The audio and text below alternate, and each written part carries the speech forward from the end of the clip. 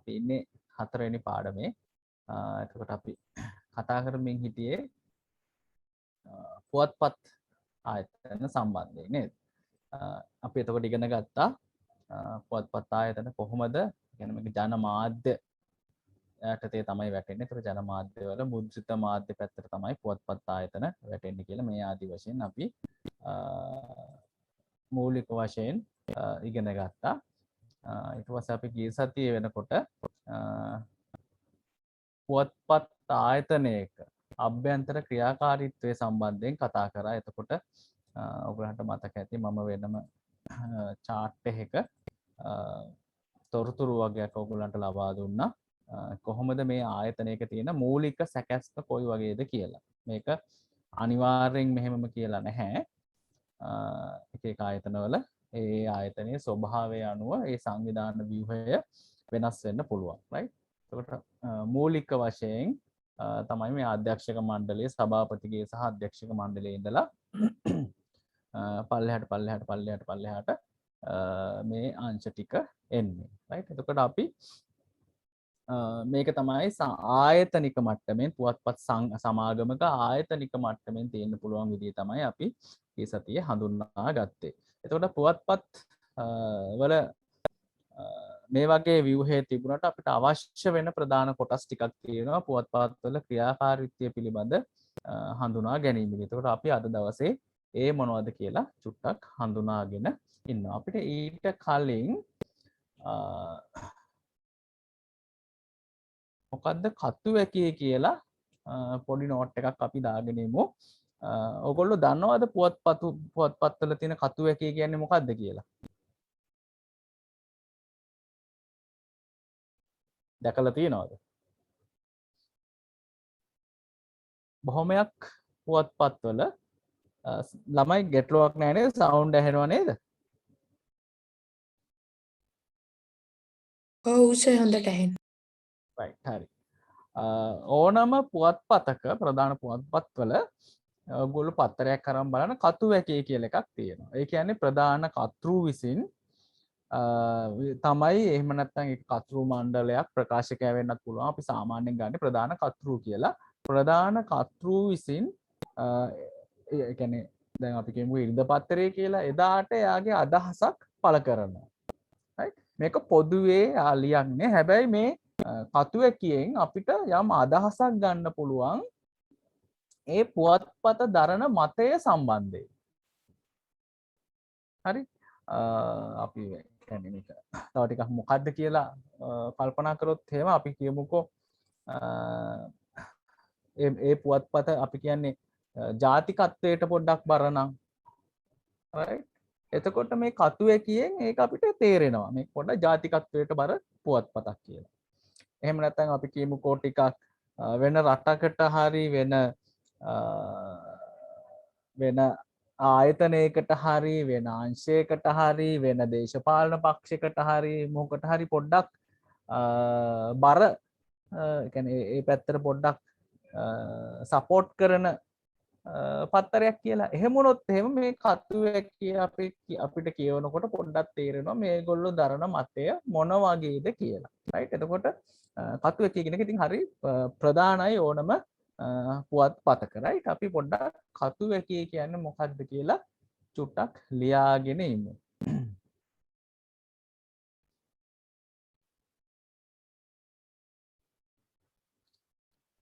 මාතෘකාව විදිහට දාගන්න පුවත්පතක කතු වැකිය හේවත් කර්තෘ වැකිය.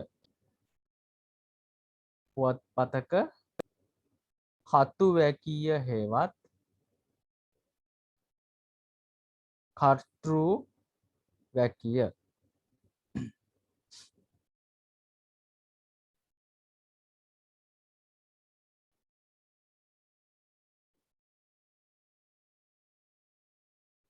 right? ඒක යටතේ ලියා ගන්න කතු වැකිය යනු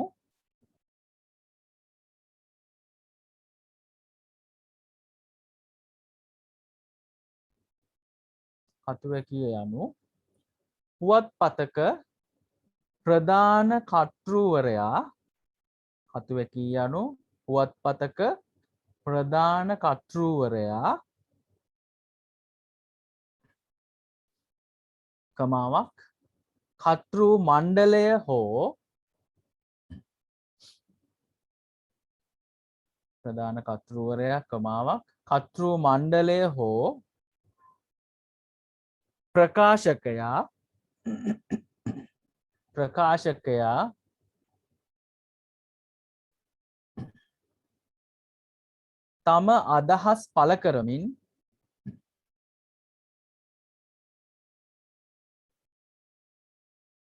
තම අදහස් පළ කරමින් සකසන ලද ලිපියකි.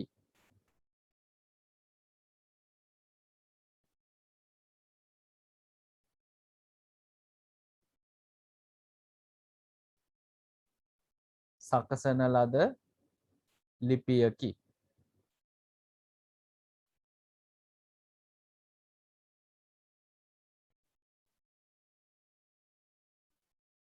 එකටම කතුවැකිය කියවීම මගින්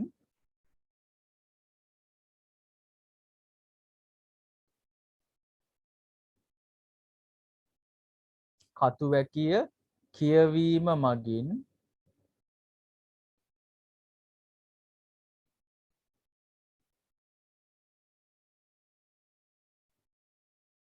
බොහෝ විට කතුවැකිය කියවීම මගින් බොහෝ විට පුවත්පතෙහි මතවාදය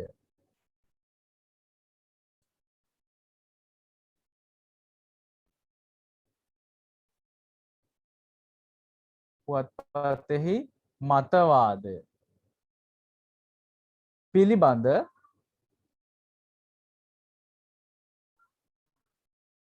පුවත්පතෙහි මතවාදය පිළිබඳව කියවන්නාට යම් අදහසක් ලබාගත හැක. කියවන්නාට යම් අදහසක් ලබාගත හැක.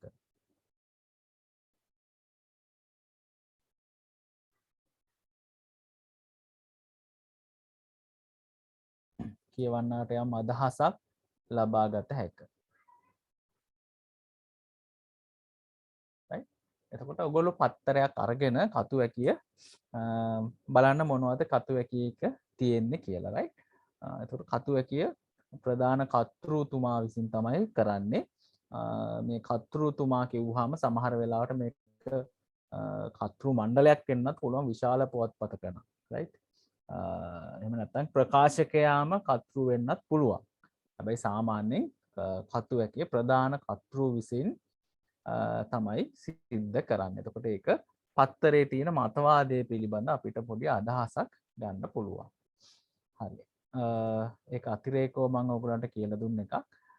අපි දැන් යමු පුවත්පත් ආයතනයක ප්‍රධාන වශයෙන් දැක ගන්න පුළුවන් මොනවද අංශ තියෙන්නේ කියලා අපිට වැදගත් වෙන ඊට පස්සේ අපි ඒ පිළිබඳ සාකච්ඡා කරමු එකින් එක.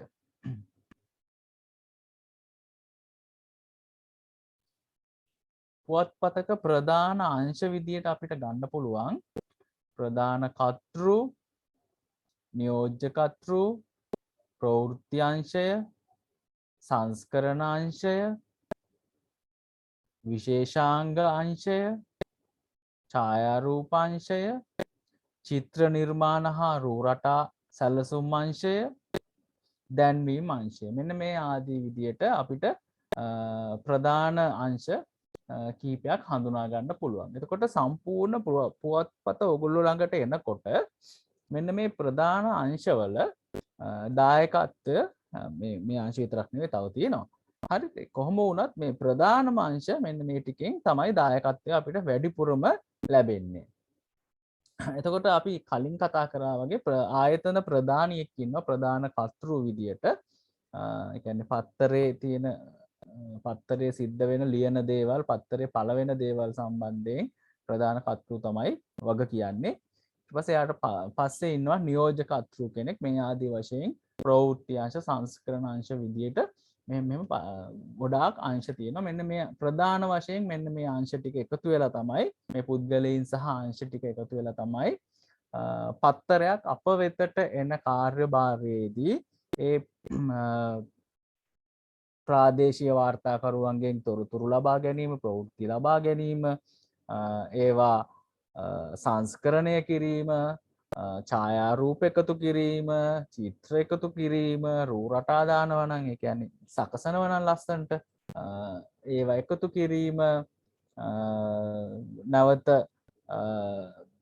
දැන්වීම අංශයක් තියෙන තුර දැන්වීම අංශයෙන් වෙන්නේ ප්‍රධාන වශයෙන් ආදායම් උපයා ගැනීම,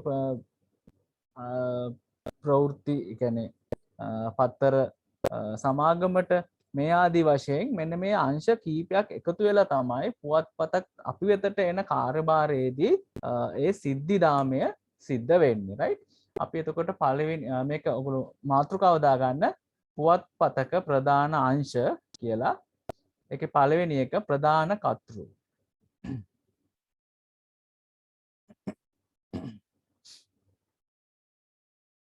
පුවත්පතක ප්‍රධාන අංශ පළවෙනි එක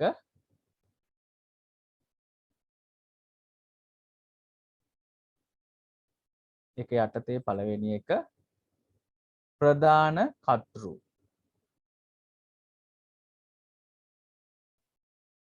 අපි චුට්ටක් ලියලා කවුද මෙයා කියලා තව ටිකක් අපි කතා කරන්නත් පුළුවන්. ප්‍රධාන කර්තෘ යටතේ ලියාගෙන අද ටිකක් වැඩිපුර නෝට්ස් තියෙන දවසක්. නේද? එක දවස්වල ඉතින් ඔහොම තමයි. අපි ලියාගමු. ඕනෑම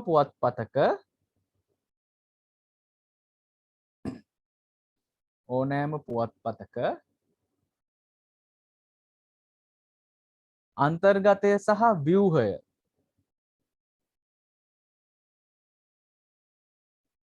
ඕනෑම පුවත්පතක අන්තර්ගතය සහ ව්‍යුහය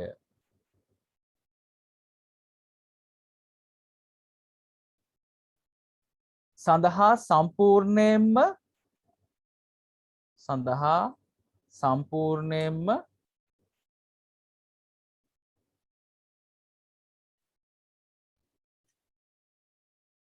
සම්පූර්ණයෙන්ම වගකීම දරන්නේ ඕනෑම පුවත්පතක අන්තර්ගතය සහ ව්‍යුහය සඳහා සම්පූර්ණයෙන්ම වගකීම දරන්නේ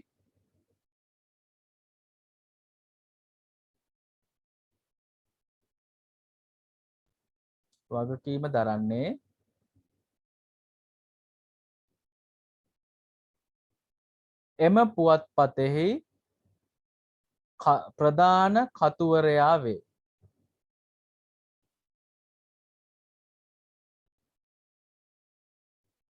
එම පුවත්පතෙහි ප්‍රධාන කතුවරයා වේ.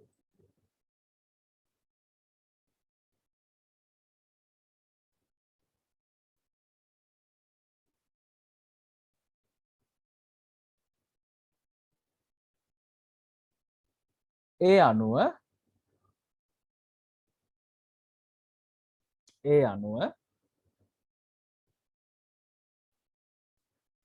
පුවත්පතක ප්‍රධාන කතුවරයා යනු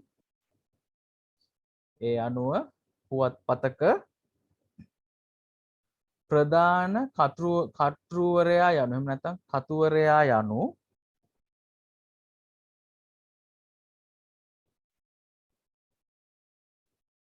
එම පුවත්පතෙහි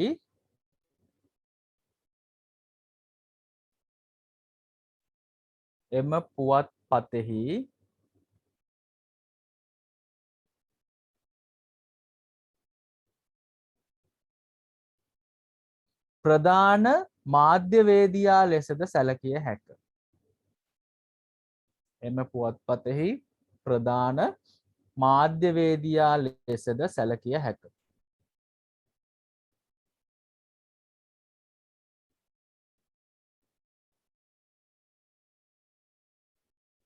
එම පුවත්පතෙහි ප්‍රධාන මාධ්‍යවේදියා ලෙසද සැලකිය හැක.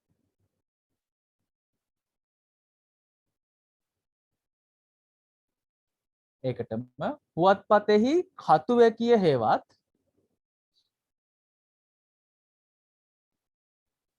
පුවත්පතෙහි කතුවැකිය හේවත්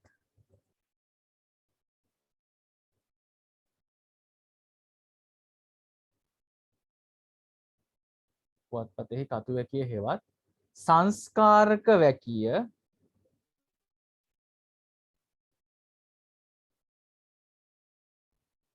කතු වැකිය හෙවත් සංස්කාරක වැකිය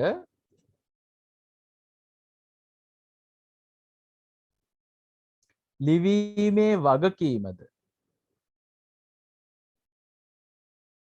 ලිවීමේ වගකීමද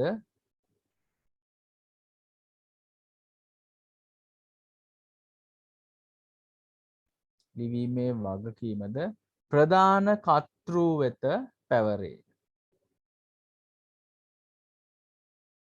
පුවත්පතෙහි කතු වැකිය හෙවත් සංස්කාරක වැකිය ලිවීමේ වගකීමද ප්‍රධාන කර්තෘ වෙත පැවරේ.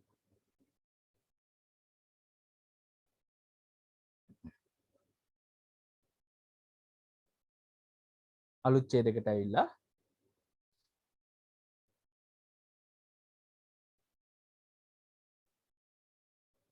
පුවත්පතක සංස්කරණ කාර්යය පුවත්පතක සංස්කරණ කාර්ය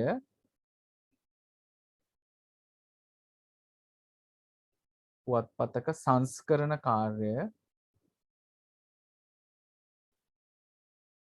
සාමූහික වුවද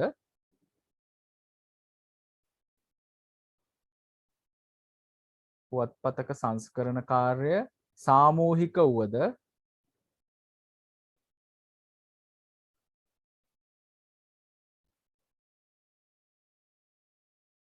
එහි අවසාන පූර්ණ වගකීමද එහි අවසාන පූර්ණ වගකීමද පුවත්පතක සංස්කරණ කාර්ය සාමූහික වුවද එහි අවසාන පූර්ණ වගකීමද ප්‍රධාන කර්තෘවරයා වෙත පැවරේ. ප්‍රධාන කර්තෘවරයා වෙත පැවරේ.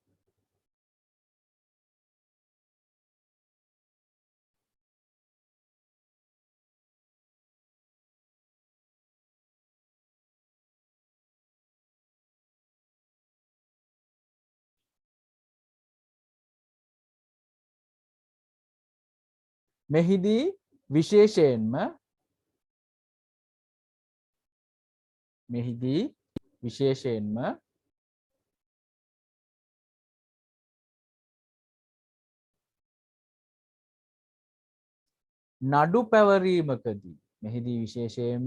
නඩු පැවරීමකදී නඩුවක් දැම්මොත් මෙහිදී විශේෂයෙන්ම නඩු පැවරීමකදී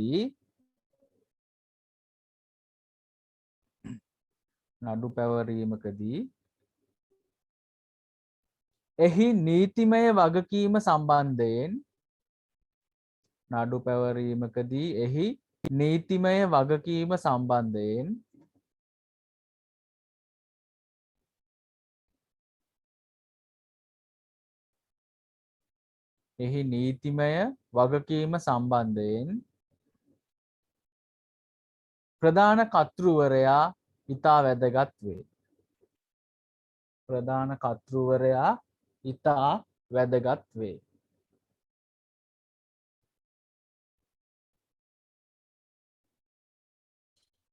ප්‍රධාන කර්තෘවරයා ඉතා වැදගත් වේ.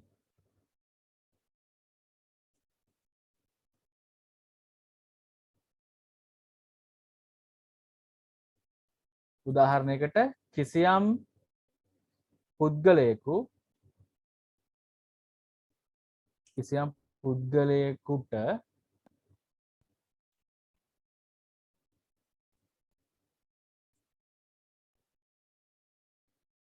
පුද්ගලයෙකුට පුවත්පතක් මගින් සිදු කළ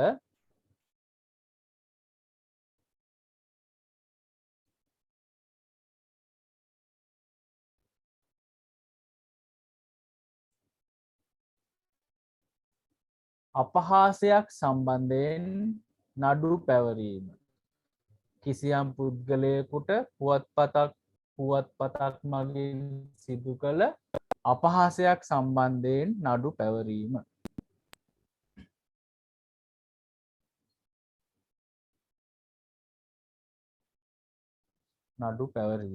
right? අපි කතා කරේ ප්‍රධාන කර්තෘ කියන පුද්ගලයා සම්බන්ධයෙන්. එතකොට ප්‍රධාන කර්තෘ දැන් අපි කතා කරා වගේ ඔව් මොකද උනේ? මොකද උනේ?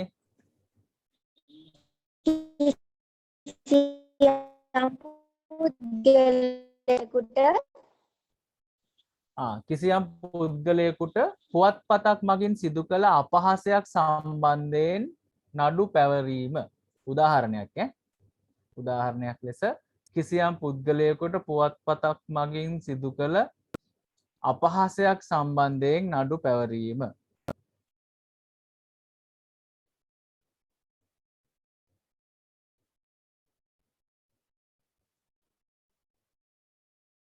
හරි.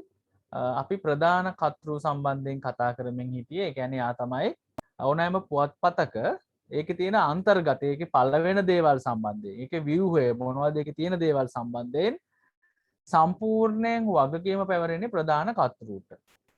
right? එතකොට එයා අපි කලින් කතා කරා වගේ කතෘ වැකිය ලියන්නේ. එහෙනම් තමයි ඒකට සංස්කාරක වැකිය කියලාත් කියනවා. අර උඩ කතු වැකිය කියලා ලියාගත්ත තැන ඇලිරක් ගහලා සංස්කාරක වැකිය කියලාත් ලියා ගන්න. එතකොට පුවත්පතේ කතු වැකිය ලිවීම සම්බන්ධයෙන් ප්‍රධාන වගකීම තියෙන්නේ ප්‍රධාන කර්තෘට. ඒ වගේම මේ සම්පූර්ණ පුවත්පතේම අන්තර්ගතය හා ව්‍යුහය සම්බන්ධයෙන් වගකීම දරන්නෙත් ප්‍රධාන කර්තෘතුමා ඕනම පුවත්පතක. එතකොට මේ පුවත් සම්පූර්ණ වගකීම දරනවා කියලා කොහොම සංස්කරණ කටයුතු වල ඉඳලාම මේකේ තියෙන වගකීම ප්‍රධාන කර්තෘවරයා වෙත පැවරෙනවා.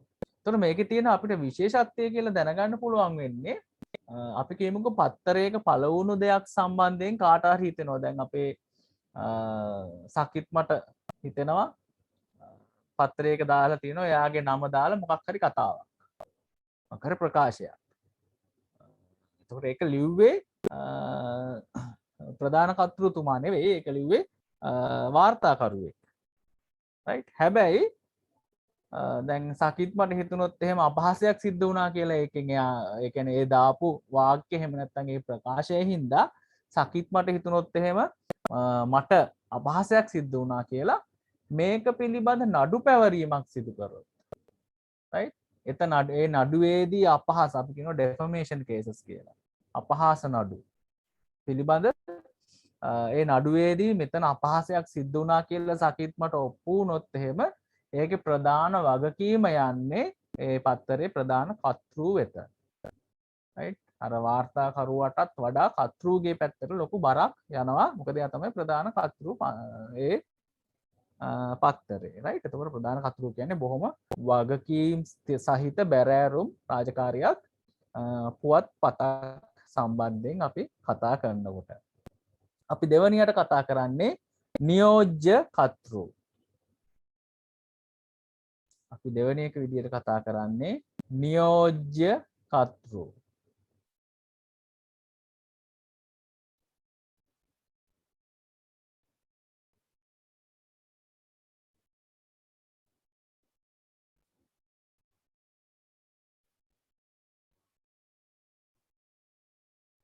right? නියෝජ්‍ය කර්තෘ ගැන අපි චුට්ටක් ලියලා ඉවරලා ඒකේ එයාගේ කොටස මොකද්ද පුවත්පතක කියන එක චුට්ටක් අපි විග්‍රහ කරගමු. නියෝජ්‍ය කර්තෘ යටතේ ලියා ගන්න ප්‍රධානියා නොමැති විට ඒ කියන්නේ ප්‍රධානියා කියන්නේ ප්‍රධාන කර්තෘ ප්‍රධානියා වරහන් ඇතුළේ දා ගන්නකො ප්‍රධාන කර්තෘ කියලා. ප්‍රධානියා නොමැති විට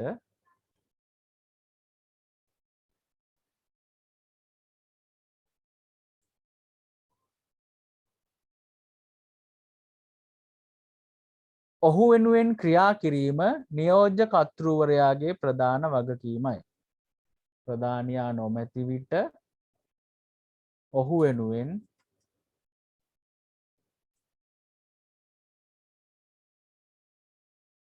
ක්‍රියා කිරීම නියෝජ්‍ය කර්තෘවරයාගේ ප්‍රධාන වගකීමයි. දැන් ඔය ක්‍රිකට් ටීම් එකේ නායකයා උපනායකයා ඉන්නේ. නායකයා මොකක් හරි ගැටලුවක් වුණොත් උපනායකයා වැඩේ කරන් යන්න ඕනේ. ඒ වගේ තමයි. ප්‍රධාන කර්තෘතුමා නැති වුනහම මේ නියෝජ්‍ය කර්තෘට තමයි ඔහු වෙනුවෙන් කටයුතු කරන්න තියෙන්නේ. ප්‍රධානියා නොමැති විට ඔහු වෙනුවෙන් ක්‍රියා කිරීම නියෝජ්‍ය කර්තෘගේ ප්‍රධාන වගකීමයි. ඒකටම ලියා ගන්න. ප්‍රධාන කර්තෘට සාපේක්ෂව ප්‍රධාන කර්තෘට සාපේක්ෂව අඩු වගකීමක්. ප්‍රධාන කර්තෘට සාපේක්ෂව අඩු වගකීමක්.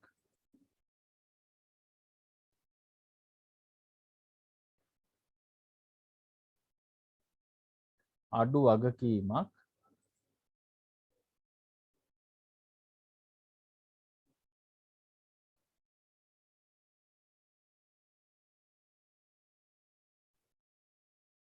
ඔහු විසින් දැරුවද අඩු වගකීමක් ඔහු විසින් දැරුවද අඩු වගකීමක් ඔහු විසින් දැරුවද පුවත්පතෙහි සියලුම මාධ්‍ය කටයුතු පිළිබඳ පුවත්පතෙහි සියලුම මාධ්‍ය කටයුතු පිළිබඳ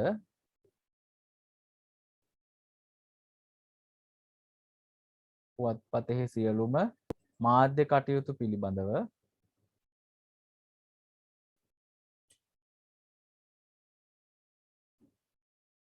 හොඳ විපරමකින් සිටීමත් පිළිබඳව හොඳ විපරමකින් සිටීමත්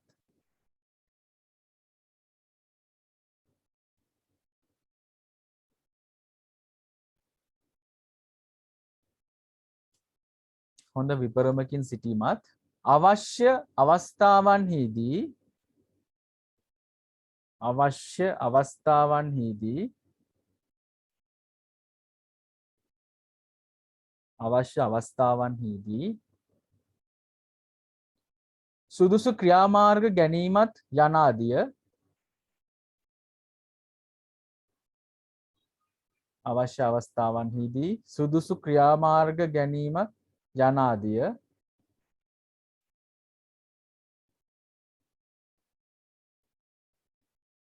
මොහු විසින් සිදු කළ යුතු වේ.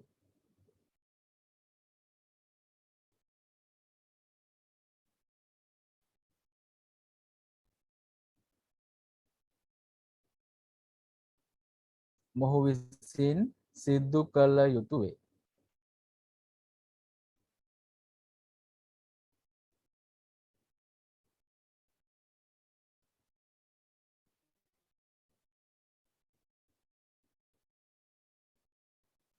අපි කතා කරේ පුවත්පතක නියෝජ්‍ය කර්තෘ කියන්නේ කවුද කියලා. එතකොට නියෝජ්‍ය කර්තෘ කියන්නේ මේ පුවත්පතේ දෙවනිය. මම අර කිව්ව ක්‍රිකට් කණ්ඩායමේ නායකයා සහ උපනායකයා වගේ පත්තරයක පත්තර කන්තෝරුවක පුවත්පත් සමාගමක මේකේ දෙවනිය නියෝජ්‍ය කර්තෘ විදිහට තමයි ඉන්නේ. රයිට්. එතකොට මේ නියෝජ්‍ය කර්තෘගේ ඇත්තටම ප්‍රධානම කාර්යභාරය වෙන්නේ මේ ප්‍රධානිය නැත්තම් එයාගේ වගකීම තමන් වෙත තමයි පැවරෙන්නේ. රයිට්. එතකොට ඔහු වෙනුවෙන් ක්‍රියා කිරීම නියෝජ්‍ය කර්තෘගේ ප්‍රධාන වගකීමක්. ඊට අමතරව දැන් ප්‍රධාන කර්තෘට බලන්න බෑනේ ඔක්කොම වැඩ ටික නේද? මේක හරියට යනවද කියලා පත්තරේ වැඩ ටික. එතකොට හොඳ විපරමකින් මාධ්‍ය කටයුතු පිළිබඳ හොඳ විපරමකින් සිටීමත් ලොකු වගකීමක් නියෝජ්‍ය කර්තෘට තියෙනවා.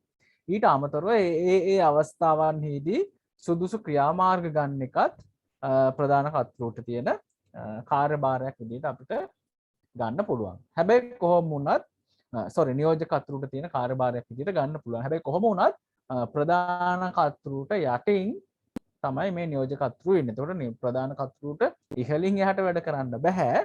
එතකොට එයාගේ යටින් ඒ කියන්නේ එයාගේ අනුදැනුම අනුදැනුම ඇතුව තමයි මේ නියෝජ්‍ය කර්තෘ කෙනෙක් පුවත්පත්වල පුවත්පතක මාධ්‍ය කාර්ය සම්බන්ධයෙන් කටයුතු කරන්නේ ප්‍රධාන කර්තෘගේ අනුදැනුම යටතේ තමයි. රයිට්. එතකොට අපි දෙවෙනියට කතා කරේ නියෝජ්‍ය කර්තෘ කියන්නේ කවුද කියලා. රයිට්. අපි තුන්වෙනියට කතා කරන්නේ ප්‍රවෘත්ති අංශය.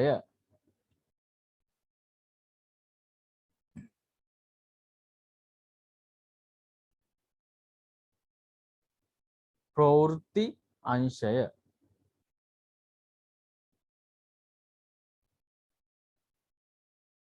අපි මේකෙත් නෝට් එක ලියලා පැහැදිලි කර ගැනීමක් කරගමු මොකද්ද මේ ප්‍රවෘත්ති අංශයෙන් සිද්ධ වෙන්නේ කියලා.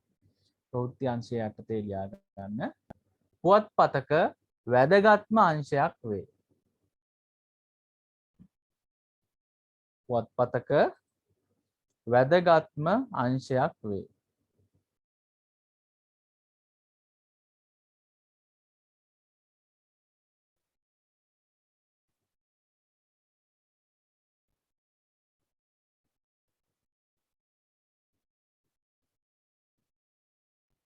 එයට ප්‍රධානම හේතුව වන්නේ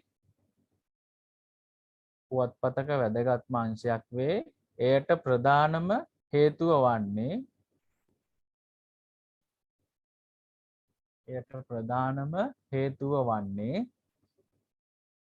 ප්‍රවෘත්ති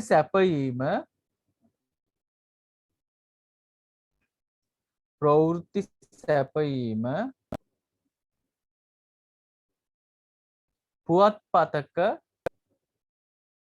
ප්‍රමුඛතාවය වන බැවිනි.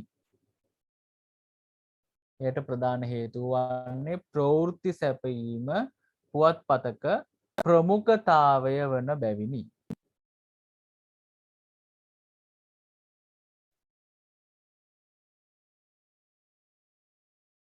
ප්‍රමුඛතාවය වන බැවිනි. ඒකට ඉරක් ගහන්න. ප්‍රවෘත්ති සැපයීම පුවත්පතක ප්‍රමුඛතාවය වන බැවිනි කියන එකට ඉරක් ගහගන්න.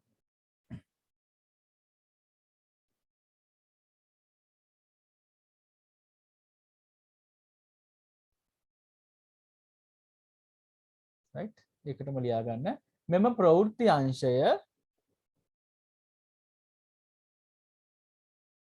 මෙම ප්‍රවෘත්ති අංශය කමාවක් දාන්න.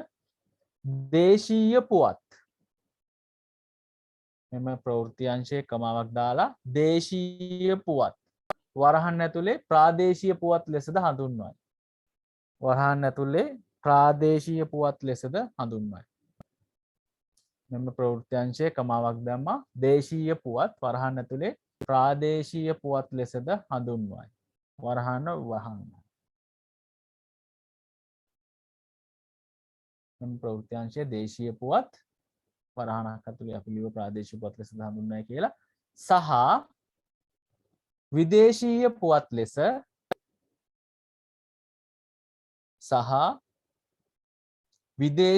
පුවත් ලෙස කොටස් දෙකකින් සමන්විත වේ. විදේශීය පුවත් ලෙස කොටස් දෙකකින් සමන්විත වේ.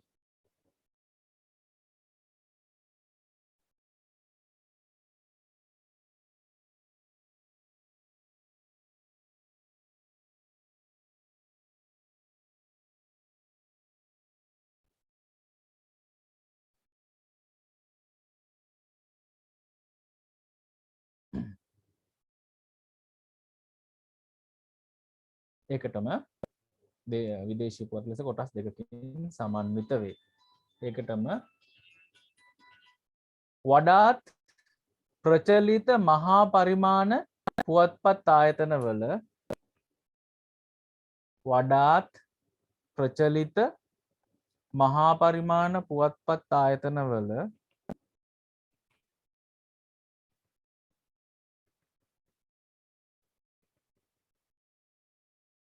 වඩාත් ප්‍රචලිත මහා පරිමාණ පුවත්පත් ආයතනවල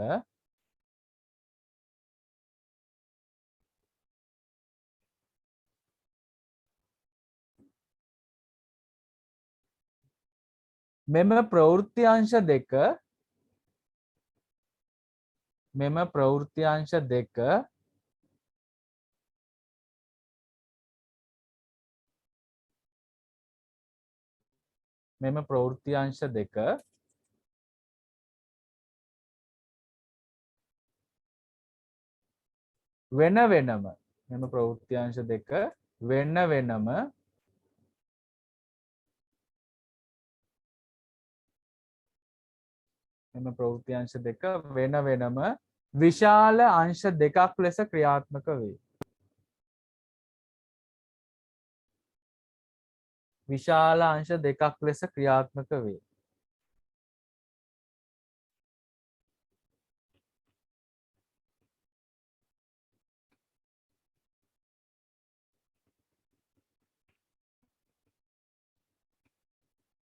විශාල අංශ දෙකක් ලෙස ක්‍රියාත්මක වේ. එවැනි අවස්ථාවලදී එවැනි අවස්ථාවලදී එවැනි අවස්ථාවලදී ඒ අංශවලට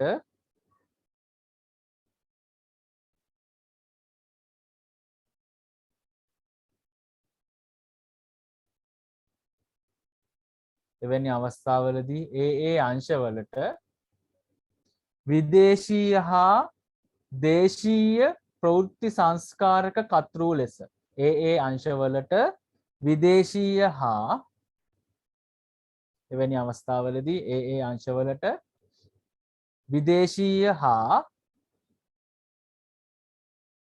විදේශීය හා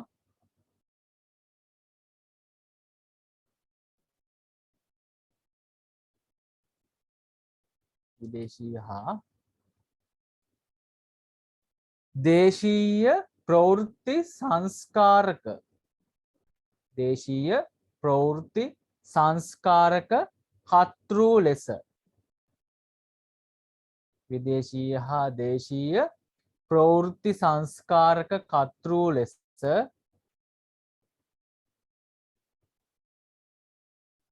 විදේශීය හා දේශීය ප්‍රවෘත්ති සංස්කාරක කතෘ ලෙස ප්‍රධානීන් දෙදෙනෙකු පත් කරයි.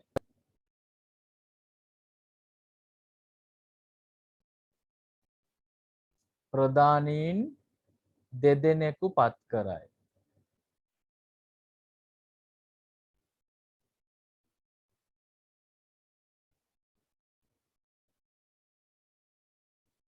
ප්‍රධානීන් දෙදෙනෙකු පත් කරයි.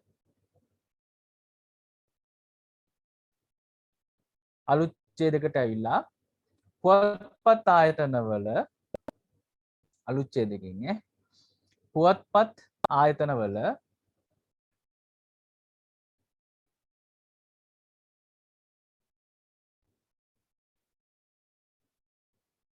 පුවත්පත් ආයතනවල සේවය කරන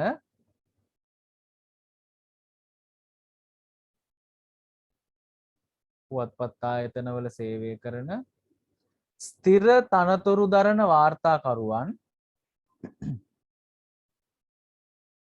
ස්ථිර තනතුරු දරන වාර්තාකරුවන්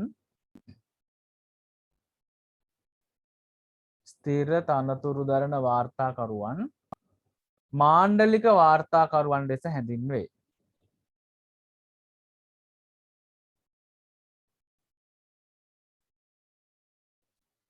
මාණ්ඩලික වාර්තාකරුවන් ලෙස හැඳින්වේ.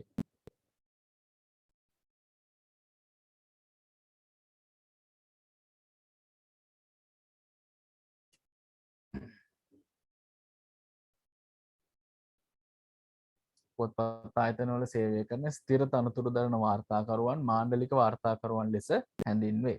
එවැනි ස්ථිර තනතුරු නොදරන එවැනි ස්ථිර තනතුරු නොදරන එවැනි ස්ථිර තනතුරු නොදරන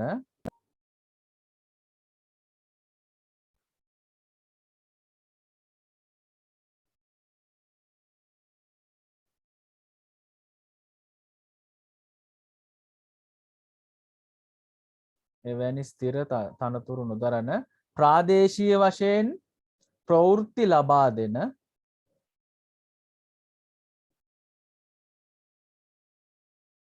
ප්‍රාදේශීය වශයෙන් ප්‍රවෘත්ති ලබා දෙන පිරිස් ප්‍රාදේශීය වශයෙන් ප්‍රවෘත්ති ලබා දෙන පිරිස් ප්‍රාදේශීය වාර්තාකරුවන් ලෙස හැඳින්වේ. එවැනි ස්ථිර තනතුරු නොදරන ප්‍රාදේශීය වශයෙන් ප්‍රවෘත්ති ලබා දෙන පිරිස් ප්‍රාදේශීය වාර්තාකරුවන් ලෙස හැඳින්වේ.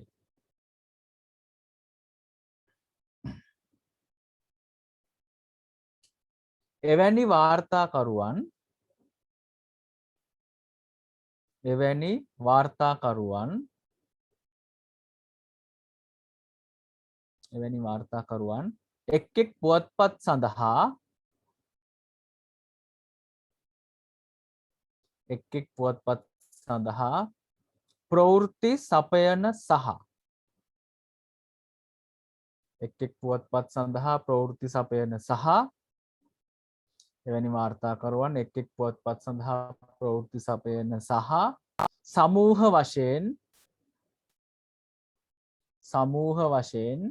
විවිධ පුවත්පත්වලට සමූහ වශයෙන් විවිධ පුවත්පත්වලට ප්‍රවෘත්ති සපයන්නන්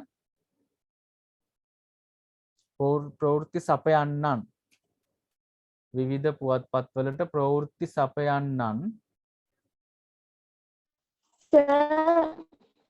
මොකද උන්නේ කොහෙද මිස් උනේ වාර්තාකරුවන් එවැනි වාර්තාකරුවන් එක් එක් පුවත්පත් සඳහා එවැනි වාර්තාකරුවන් එක් එක් පුවත්පත් සඳහා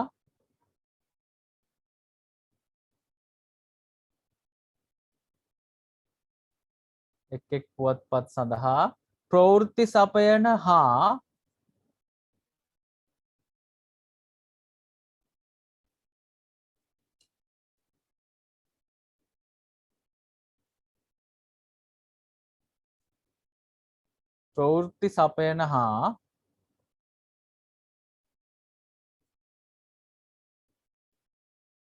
සමූහ වශයෙන් විවිධ පුවත්පත්වලට සමූහ වශයෙන් විවිධ පුවත්පත්වලට සමූහ වශයෙන් විවිධ පුවත්පත්වලට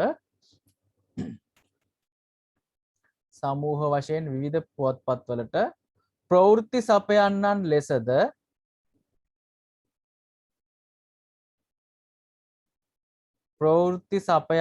ලෙසද කාණ්ඩ දෙකක් දැකගත හැක. සමූහ වශයෙන් විවිධ පුවත්පත්වලට ප්‍රවෘත්ති සපයන්නන් ලෙසද කාණ්ඩ දෙකක් දැකගත හැක.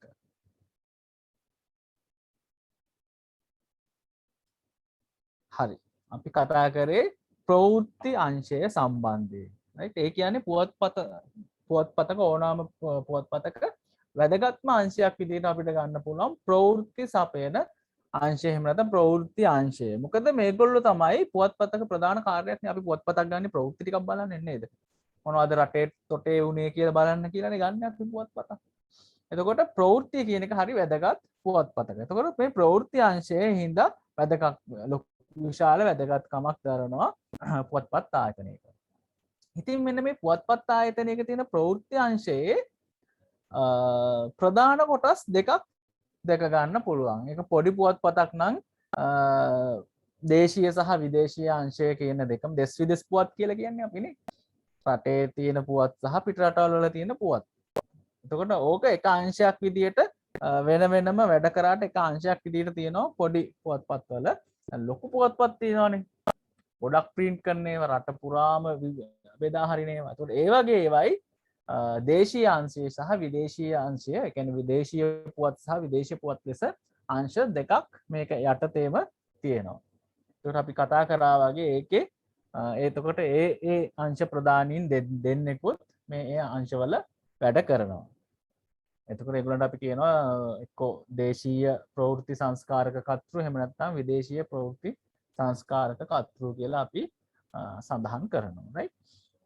ඊට අමතරව දැන් ආයතනයේ ඇතුලේ පුවත්පත් කියන්නේ පුවත් ප්‍රවෘත්ති ලබා දෙන වාර්තාකරුවන් ඉනෝ ස්ථිර සේවකයෝ. ඒගොල්ලන්ට අපි කියනවා මාණ්ඩලික වාර්තාකරු කියලා. කියන්නේ මණ්ඩලයේ ඇතුළට අයත්. කාර්ය මණ්ඩලයට අයත් කියන එක. හරි. එතකොට පුවත්පත් ආයතනයක ස්ථිරව වාර්තාකරුවන් විදියට කවුරු හරි වැඩ කරනවා නම් ඒගොල්ලන්ට කියනවා මාණ්ඩලික වාර්තාකරුවෝ කියලා. ඊට අමතරව ඉන්නවා ප්‍රාදේශීය වශයෙන් විසිරීලා වාර්තාකරුවන්. right? ඒගොල්ලෝ කරන්නේ ප්‍රවෘත්ති හොයාගෙන ඒ ප්‍රවෘත්ති උදාහරණයක් කියලා ගමුකෝ අපි ලංකාදීප කියලා right මම ලංකාදීපෙට ප්‍රවෘත්ති සපයන එක්කෙනෙක් හැබැයි ස්ථිර එක්කෙනෙක් නෙවෙයි මම ප්‍රවෘත්ති හොයලා ලංකාදීපයට ප්‍රාදේශීය වශයෙන් මගේ ගම් පළාතේ තියෙන දේවල් හොයලා මම ඒගොල්ලන්ට වාර්තා කරනවා ඒ අනුව තමයි මට එක එක ගෙවීම් ලැබෙන්නේ. ඒතර ඒ විදිහට වැඩ කරන පිරිස් ඉන්නවා. ඊට අමතරව ඉන්නවා සමූහ වශයෙන් පත්තර කිහිපයකටම ප්‍රවෘත්ති ලබා දෙනවා. ලංකාදීපටත් ලබා දෙනවා දේවයින්ටත් ලබා දෙනවා මොකද එකම ප්‍රවෘත්තිනේ right ඒ වගේ සමූහ වශයෙන් ලබා දෙන කාණ්ඩත් ඉන්නවා. එතකොට මේ මාණ්ඩලික නොවන වාර්තාකරුවෝ සමහර වෙලාවට එක පත්තරයකට විතරක් වැඩ කරන්න පුළුවන් සමහර විට පත්තර කීපයකට වැඩ කරන අයත් ඉන්න පුළුවන් right. එතකොට අපි කතා කරේ ප්‍රවෘත්ති අංශය. ප්‍රවෘත්ති අංශය කියන්නේ හරිම වැදගත් අංශයක් පුවත්පත්‍ර ආයතනයක. අපි ඊට පස්සේ කතා කරන්නේ සංස්කරණ අංශය ගැන. ප්‍රවෘත්ති අංශයට පස්සේ සංස්කරණ අංශය. සංස්කරණ අංශය.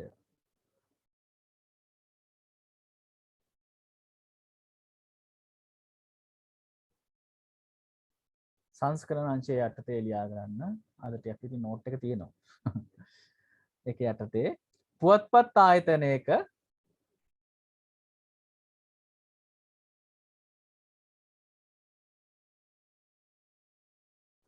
ආයතනයක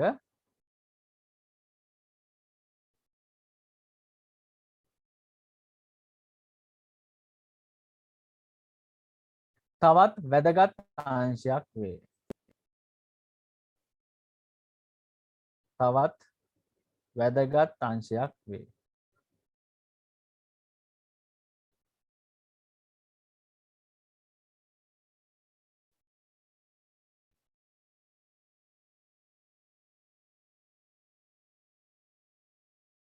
පුවත්පතක ප්‍රවෘත්ති සංස්කරණය කරනු ලබන්නේ පුවත්පතක ප්‍රවෘත්ති සංස්කරණය කරනු ලබන්නේ පුවත්පතක ප්‍රවෘත්ති සංස්කරණය කරනු ලබන්නේ මෙම අංශයයි.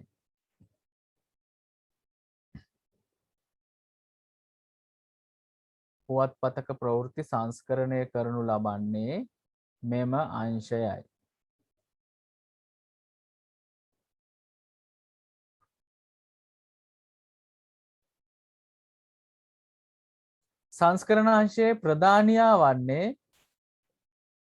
සංස්කරණාංශයේ ප්‍රධානියා වන්නේ ප්‍රධාන උපකර්තෘ වේ. සංස්කරණාංශයේ ප්‍රධානියා වන්නේ ප්‍රධාන උපකර්තෘ වේ. සංස්කරණාංශයේ ප්‍රධානියා වන්නේ ප්‍රධාන උපකර්තෘ වේ. ඒකට තිරක් ගහගන්න. සංස්කරණාංශයේ ප්‍රධානියා වන්නේ ප්‍රධාන උපකර්තෘ වේ. එකටම ලියාගෙන යමු අපි. පුවත් වාර්තාකරුවන් සහ මාණ්ඩලික වාර්තාකරුවන් විසින් සපයන පුවත් වාර්තාකරුවන්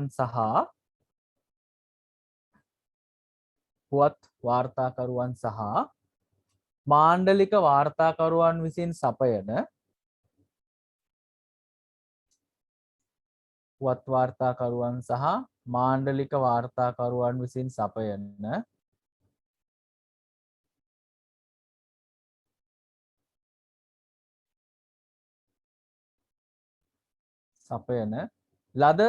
ලද තොරතුරු පුවත් වාර්තාකරුවන් සහ මාණ්ඩලික වාර්තාකරුවන් විසින් සපයන ලද තොරතුරු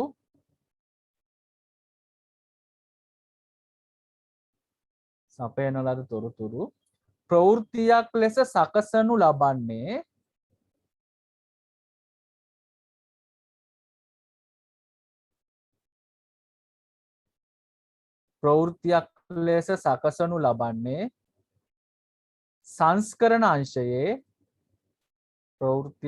සකසනු ලබන්නේ සංස්කරණ අංශයේ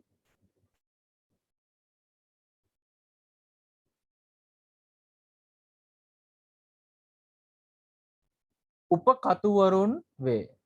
සංස්කරණාංශයේ උපකතුවරුන් වේ. අනේ වාක්‍ය ආපහු කිව්වොත් එහෙම පුවත් වාර්තාකරුවන් සහ මාණ්ඩලික වාර්තාකරුවන් විසින් සපයන ලද තොරතුරු ප්‍රවෘත්තියක් ලෙස සකසනු ලබන්නේ සංස්කරණ අංශයේ උපකතුවරුන් වේ. හරි? සංස්කරණ අංශයේ උපකතුවරුන් වේ. අලුත් ඡේදයකට ඇවිල්ලා ඒකෙම ලියා ගන්න. අලුත් ඡේදකින් තොරතුරු වල වැදගත්කම හා තොරතුරු වල වැදගත්කම හා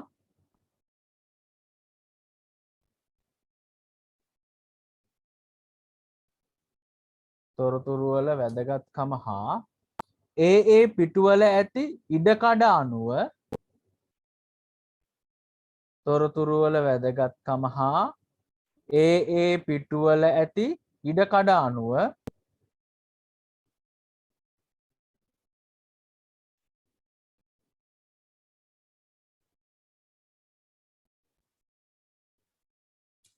තොරතුරු වල වැදගත්කම හා ඒ පිටුවල ඇති ඉඩකඩ අනුව අදාළ ප්‍රවෘත්තිවලට වෙන්විය යුතු අදාළ ප්‍රවෘත්තිවලට වෙන්විය යුතු අදාළ ප්‍රවෘත්තිවලට වෙන්විය යුතු අදාළ ප්‍රවෘත්තිවලට වෙන්විය යුතු ඉඩ ප්‍රමාණයන් තීරණය කිරීමත්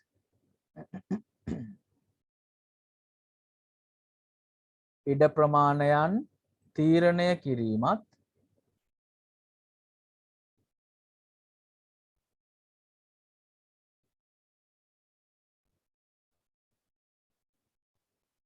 ඉඩ ප්‍රමාණයන් තීරණය කිරීමත් කමාවක් ප්‍රවෘත්තිවලට මාතෘකා යනාදිය යෙදීමත්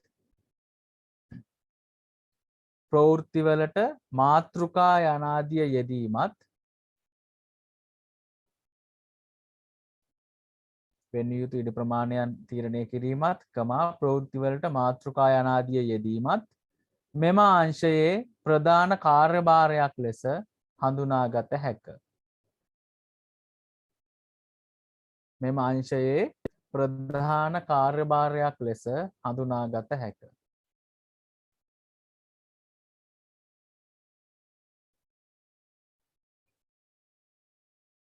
මෙම අංශයේ ප්‍රධාන කාර්යභාරයක් ලෙස හඳුනාගත හැක.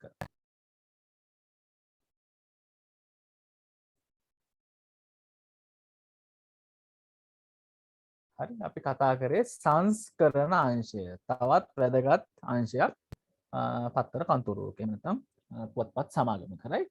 එතකොට මේ සංස්කරණ අංශයෙන් සිද්ධ වෙන්නේ දැන් අර වාර්තාකරුවෝ ඉන්නවනේ මාණ්ඩලික වාර්තාකරුවෝ කියලා කොටසක් ඉන්නවා පුවත් සාමාන්‍ය පුවත් වාර්තාකරුවන් කියලා කොටසක් ඉන්නවා right. ඒ කියන්නේ ස්ථිර සහ ස්ථිර නැති කට්ටිය. ඒතකොට මෙන්න මේගොල්ලෝ විසින් සපයන ලද තොරතුරු ප්‍රවෘත්තියක් විදියට සකස් කරන්නේ මෙන්න මේ සංස්කරණ අංශය විසින්. එතකොට ඒකේ උපකර්තෘවරුන් ඉන්නවා. උපකර්තෘවරුන් Tamanට ලැබෙන පුවත් තොරතුරු ටික ප්‍රවෘත්තියක් විදියට ලස්සනට සකස් කරනවා.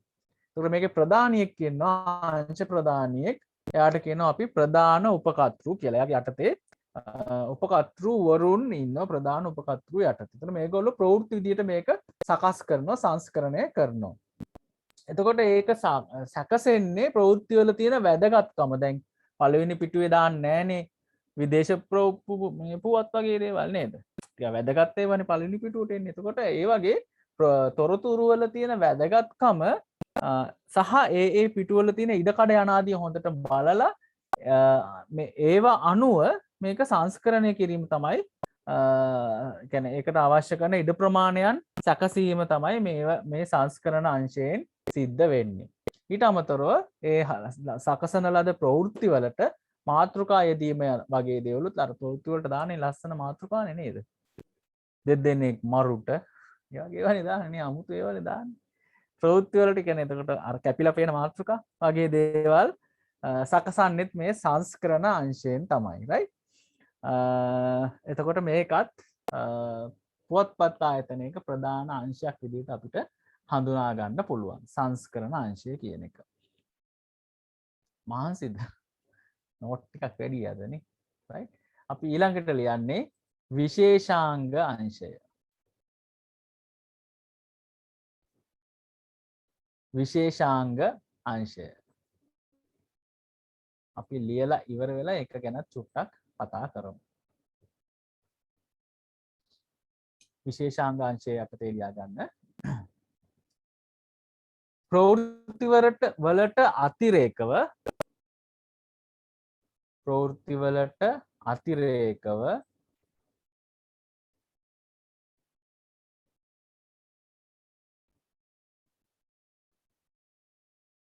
වලට අතිරේකව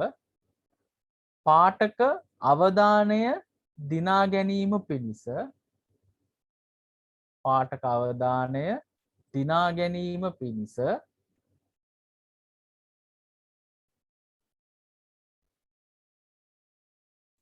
පුවත්පත්වල විශේෂාංග දැකගත හැක. පුවත්පත්වල විශේෂාංග දැකගත හැක. සර් ඔව්. කොතනද අපෝ කියන්න පුළුවන්ද? right විශේෂාංග අංශය ගැන නේද? ඔව් සර්. right විශේෂාංග අංශය යටතේ ප්‍රවෘත්ති වලට අතිරේකව ප්‍රවෘත්ති යනවා ඊට අමතරව ප්‍රවෘත්ති වලට අතිරේකව පාඨක අවධානය දිනා ගැනීම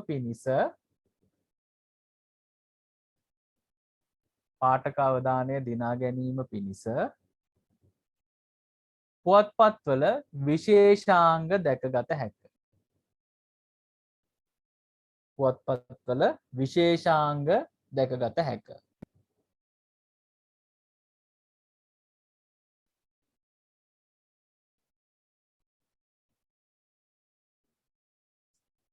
පුවත්පත්වල විශේෂාංග දැකගත හැක. ඒකටම කාන්තා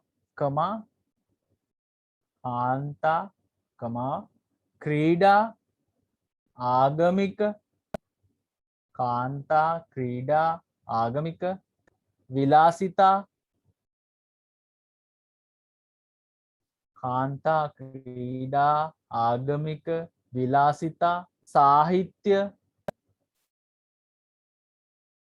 කමා දදා ලියන්න සාහිත්‍ය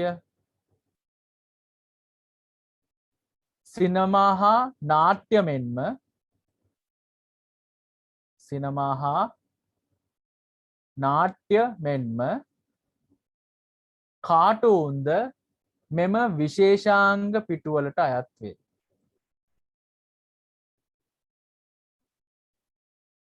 කාන්තා ක්‍රීඩා ආගමික විලාසිතා සාහිත්‍ය සිනමා හා නාට්‍ය මෙන්ම කාටූන්ද මෙම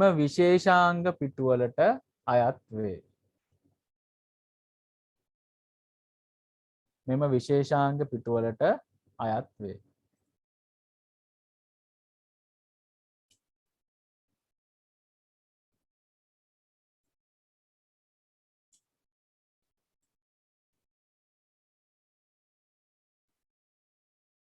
ඒකටම මෙම තොරතුරු සංස්කරණය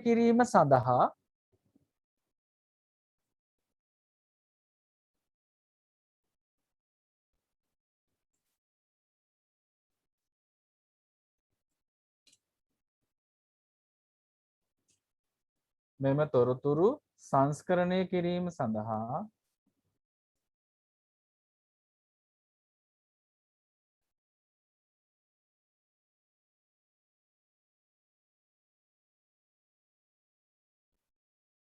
වෙනම විශේෂාංග කර්තෘවරයෙකු සිටී.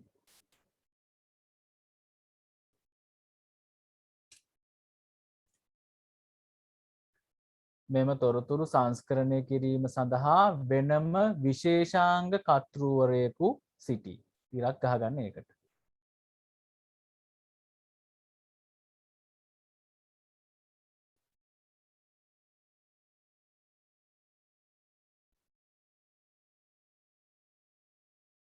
විශේෂාංග කර්තෘවරයෙකු සිටී.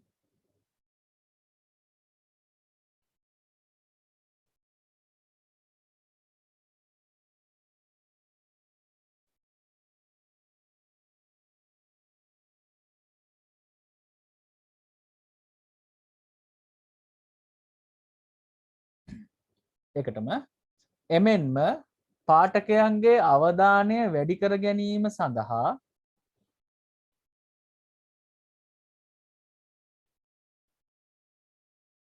එමෙන්ම පාඨකයන්ගේ අවධානය වැඩි කර ගැනීම සඳහා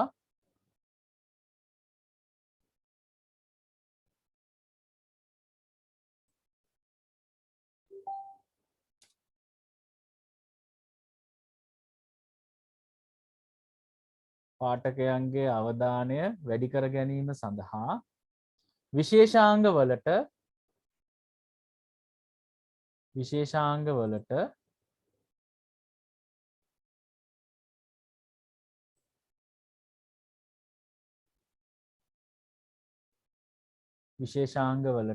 විශේෂ නම් පවා යොදා ගැනීම නූතනයේදී දැකගත හැක. විශේෂ නම් පවා යොදා ගැනීම නූතනයේදී දැකගත හැක.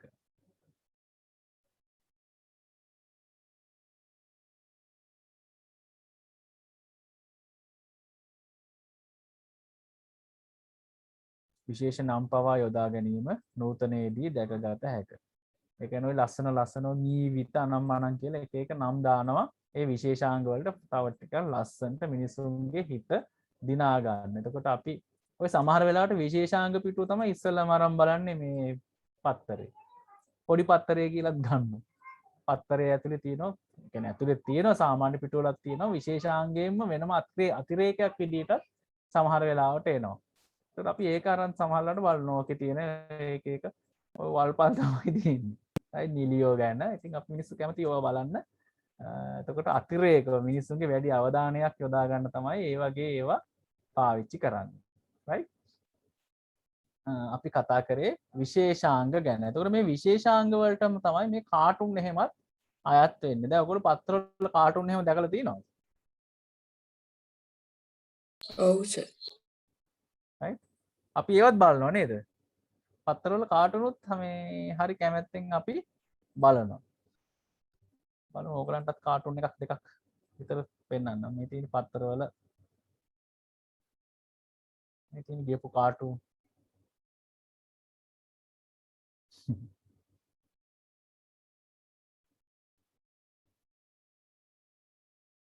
විශේෂයෙන් මේ දේශපාලනයට අදාළ ඒවා තමයි ඉතින් ගොඩාක් කාටුන් වලට යන්නේ. මේ කාටුන් කියන ඒවා විශේෂාංග ගොඩටම තමයි අයිති වෙන්නේ. විශේෂාංග අංශයට පස්සේ අපි ලියන්නේ ඡායාරූප අංශය.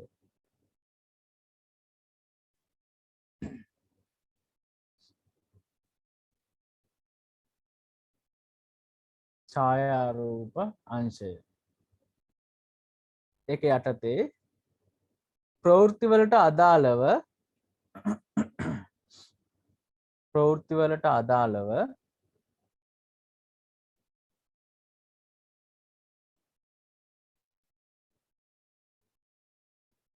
ඡායාරූප සැපයීම සිදු කරන්නේ මෙම අංශයයි. ප්‍රවෘත්ති වලට අදාළව ඡායාරූප සැපයීම සිදු කරන්නේ මෙම අංශයයි.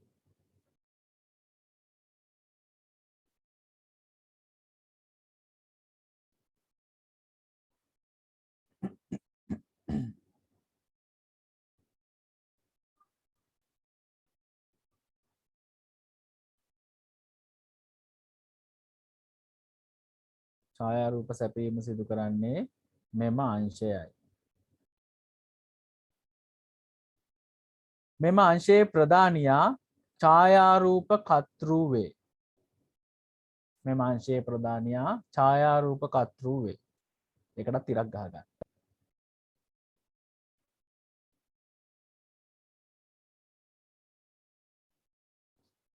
මෙම අංශයේ ප්‍රධානියා ඡායාරූප කර්තෘ වේ. ඡායාරූප අංශය තුල මාණ්ඩලික ඡායාරූප ශිල්පීහු ඡායාරූපාංශය තුල මාණ්ඩලික ඡායාරූප ශිල්පීහු ඡායාරූපාංශය තුල මාණ්ඩලික ඡායාරූප ශිල්පීහු ස්ථිර කාර්ය මණ්ඩලය ලෙස කටයුතු කරන අතර ඡායාරූපාංශය තුල මාණ්ඩලික ඡායාරූප ශිල්පීහු ස්ථිර කාර්ය මණ්ඩලය ලෙස කටයුතු කරන අතර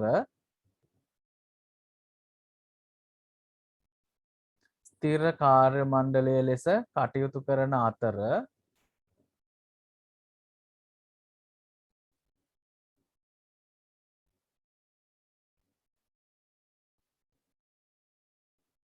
Sir, ඔව් මොකද උනේ sir, කොතනද මිස්සුනේ කොතනද මිස්සුනේ ඡායාරූප අංශය තුල ඡායාරූපාංශය තුල මාණ්ඩලික ඡායාරූප ශිල්පීහු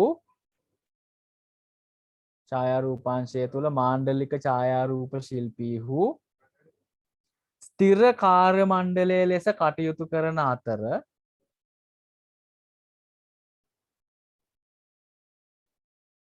ස්ථිර කාර්ය මණ්ඩලය ලෙස කටයුතු කරන අතර ප්‍රාදේශීය ශිල්පීහුද ප්‍රාදේශීය ඡායාරූප ශිල්පීන්ද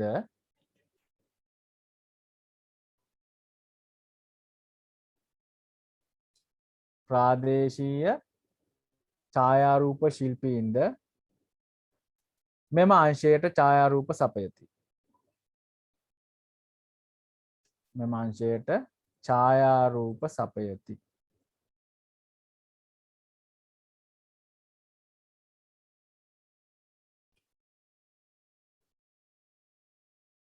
ආයෙ කිව්වොත් එහෙම ඒ කැලල ඡායාරූපාංශය තුළ මාණ්ඩලික ඡායාරූප ශිල්පීහු ස්ථිර කාර්ය මණ්ඩලය ලෙස කටයුතු කරන අතර ප්‍රාදේශීය ඡායාරූප ශිල්පීන්ද මෙම අංශයට ඡායාරූප සපයති. ඒකටම අද වන විට ඡායාරූප සංස්කරණය අද වන විට ඡායාරූප සංස්කරණය අද වන විට ඡායාරූප සංස්කරණය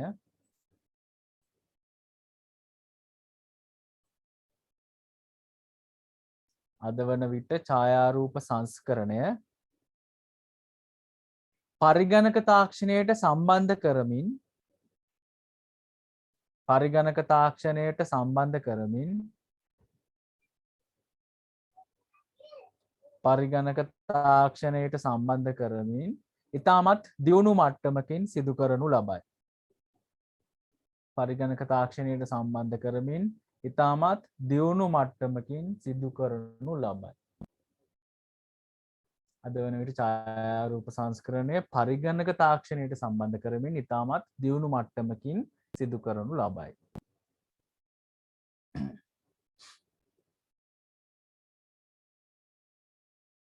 හරි ඡායාරූප අංශය ගැන කතා කරේ. ඒ කියන්නේ අපි පත්තරය බලනකොට පුවත්පතක් බලනකොට බලන්න ලස්සන ඡායාරූප හොඳ ඡායාරූප දැක ගන්න පුළුවන් අපිට. ඒතකොට මේ ඡායාරූප සපයන්නේ ඡායාරූප ශිල්පීන් විසින්. මේ ඡායාරූප ශිල්පීනුත් මාණ්ඩලික වශයෙන් ඒ කියන්නේ ස්ථිර සේවකයෝ වශයෙන් උත් ඉන්නවා. ඊට අමතරව ප්‍රාදේශීය වශයෙන් ඔය නේද පාලමක් කැඩුනහම ගිහිල්ලා ෆොටෝ එකක් ගහලා පත්තරයට එවනවා. ඒ වගේ ප්‍රාදේශීය වශයෙන් උත් ඡායාරූප ශිල්පීන් සිටිනවා. ඒකට ස්ථිර සහ ස්ථිර නොවන ආකාරයෙන් ඡායාරූප අංශයට ඡායාරූප සපයන පිරිස් ඉන්නවා.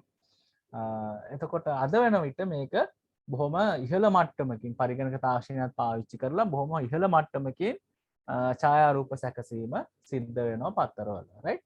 ඒකට පෙර ඉස්සරට වඩා බොහොම හොඳ ක්වොලිටි එක කියන්නේ හොඳ ගුණාත්මක භාවයෙන් යුතු ඡායාරූප අපිට දැක ගන්න පුළුවන්. රයිට්. අපි කතා කරේ ඡායාරූප අංශය පිළිබඳව.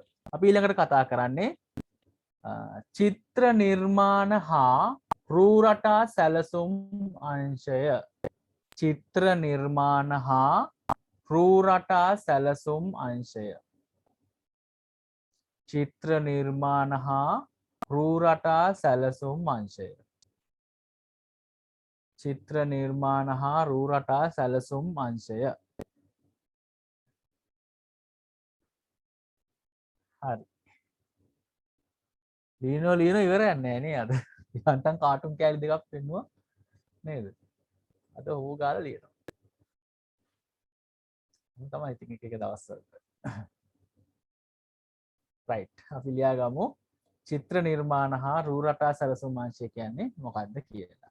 ඒකේ යටතේ චිත්‍ර හා රූ රටා සැලසුම් චිත්‍ර හා රූ රටා සැලසුම් සංස්කාරක කර්තෘ චිත්‍ර හා රූ රටා සැලසුම් සංස්කාරක කර්තෘ මේ අංශයේ ප්‍රධානියා වේ.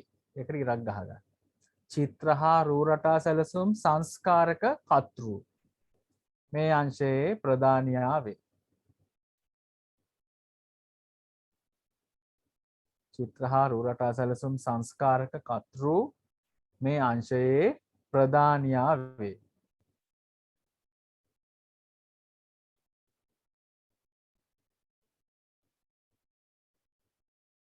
හරි. ඒකටම පුවත්පතකට අවශ්‍ය චිත්‍ර නිර්මාණ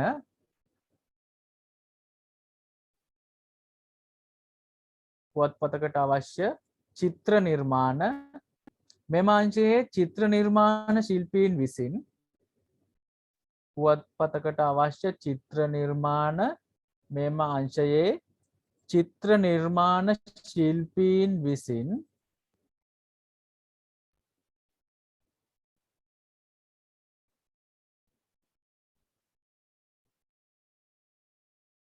මෙම අංශයේ චිත්‍ර නිර්මාණ ශිල්පීන් විසින්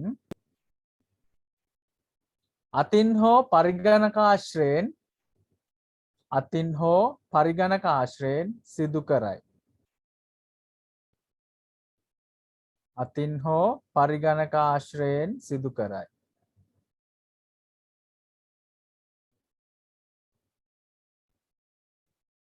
අතින් හෝ පරිගණකාශ්‍රයෙන් සිදු කරයි.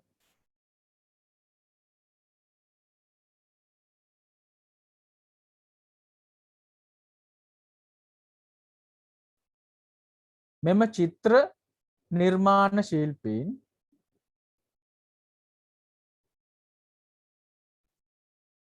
මෙම චිත්‍ර නිර්මාණ ශිල්පීන්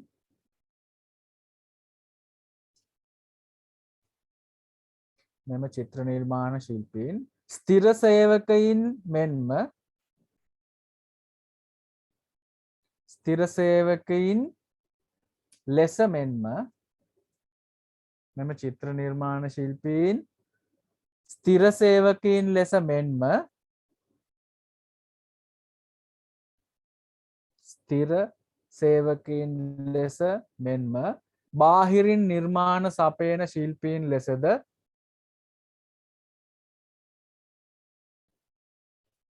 බාහිරින් නිර්මාණ සපයන ශිල්පීන් ලෙසද දෙපිරිසක් වේ.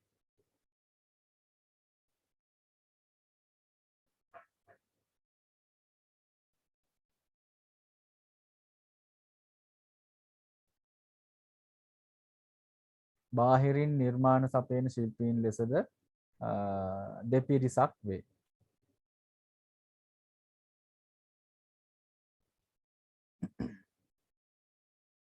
right දෙපිරිසක් වේ. ඒකෙම අලුත් ඡේදයකට ඇවිල්ලා රූ රටා සැලසුම් යනු අලුත් ඡේදකින් රූ රටා සැලසුම් යනු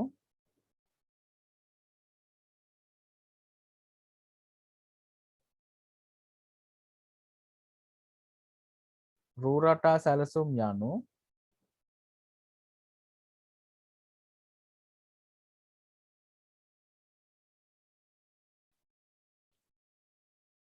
පරිගණකාශ්‍රයෙන් අදාළ චිත්‍ර යොදා ගනිමින් පරිගණකාශ්‍රයෙන් අදාළ චිත්‍ර යොදා ගනිමින්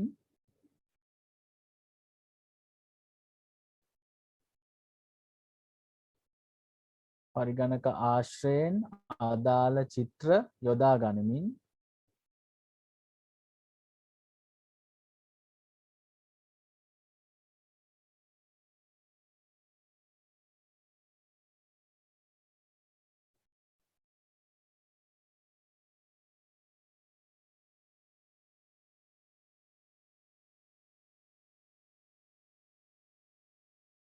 පිටුව තුල රූ රටා සැලසුම් කිරීමයි. පරිගණක ආශ්‍රයෙන් අදාළ චිත්‍ර යොදා ගනිමින් පිටුව තුල රූ රටා සැලසුම් කිරීමයි. ලස්සනට හදන්න. රූ රටා සැලසුම් කිරීමයි.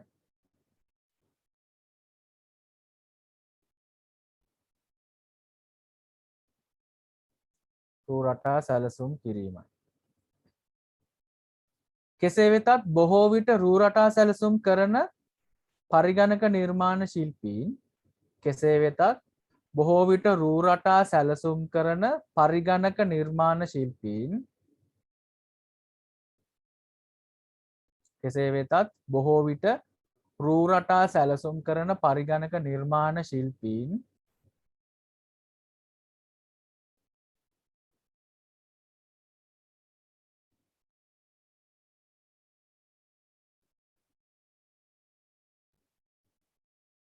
පරිගණක නිර්මාණ ශිල්පීන්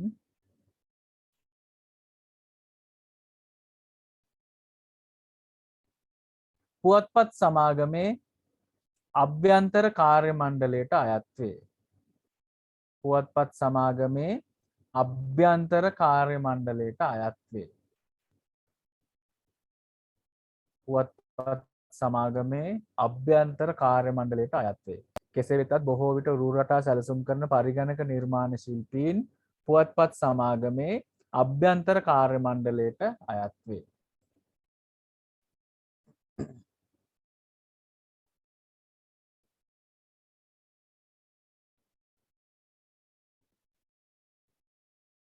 right? අපි කතා කරේ චිත්‍ර නිර්මාණ හා රූ රටා සැලසුම් අංශය පිළිබඳව. චිත්‍ර නිර්මාණ හා රූ රටා සැලසුම් අංශය කියලා කියන්නේ පුවත්පතට අවශ්‍ය වන චිත්‍ර සපයන සහ ඒ චිත්‍ර සකසීම සඳහා රූ රටා යොදා නිර්මාණය කරලා දෙන අංශයට. එතකොට මේ චිත්‍ර කියන එක මේවා අතින් අදින චිත්‍ර වෙන්නත් පුළුවන්. එහෙම නැත්නම් පරිගණක ආශ්‍රයෙන් නිර්මාණය කරන චිත්‍ර වෙන්නත් පුළුවන්. කොහොම වුණත් මේ චිත්‍ර නම් බාහිරින් ලබා ගන්නත් පුළුවන්. චිත්‍ර නිර්මාණ විදිහට නැත්නම් අභ්‍යන්තරයේ චිත්‍ර සේවකයන් කියන්නේ චිත්‍ර අඳින සේවකයන්ුත් ඉන්නවා. එහෙම නැත්නම් බාහිරින් ලබා ගන්න චිත්‍රත් මේකට පාවිච්චි කරන්න පුළුවන්. මේක ග්‍රැෆික් නිර්මාණ වගේ කියන්නේ පරිගණක ආශ්‍රයෙන් කරන නිර්මාණයක් වෙන්න පුළුවන්. එහෙම නැත්නම් අතින් අඳින චිත්‍ර වෙන්න පුළුවන්. රූ රටා සැලසුම් කියලා කියන්නේ අර චිත්‍ර අනම්මනම් පාවිච්චි කරලා ලස්සනට පිටුවේ ඔය පාට දාලා ඉරි දාලා ලස්සනට හදන්න. අන්න ඒ විදිහට රූ රටා සැලසුම් කරන අංශය. ඒතකොට මේ අංශය නම් ගොඩක් වෙලාවට මේ පරිගණක ශිල්පීන් ආයතනයේම වැඩ කරන පිරිස තමයි ඉන්නේ. ඒතකොට අපි කතා කරේ චිත්‍ර නිර්මාණ හා රූ රටා සැලසුම් අංශය පිළිබඳව. අපි අවසාන වශයෙන් කතා කරන්නේ දැන්වීම් අංශය.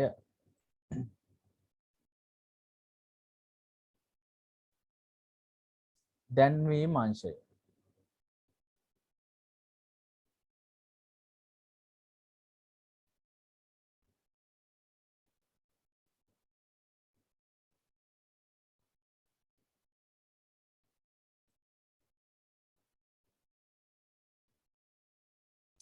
දැන්වීම් අංශය යටතේ අපි මේක ලියලා ඉවර වෙලා ඊට පස්සේ ඒකත් ගැන චුට්ටක් පැහැදිලි කරගමු. right? දැන්වීම් අංශය යටතේ ලියා ගන්න ඕනෑම පුවත්පතක ප්‍රධාන ආදායම් මාර්ගය දැන්වීම් වේ. ඕනෑම පුවත්පතක ප්‍රධාන ආදායම් මාර්ගය දැන්වීම් වේ.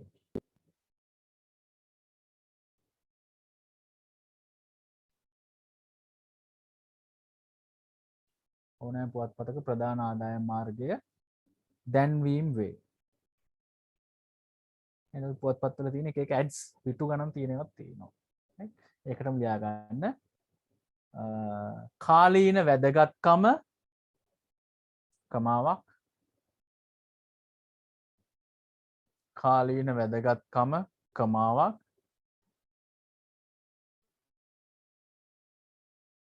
කාලීන වැදගත්කම කියන එකට වරහන් ඇතුලේ දාගන්න මැතිවරණ පවතින කාලවල්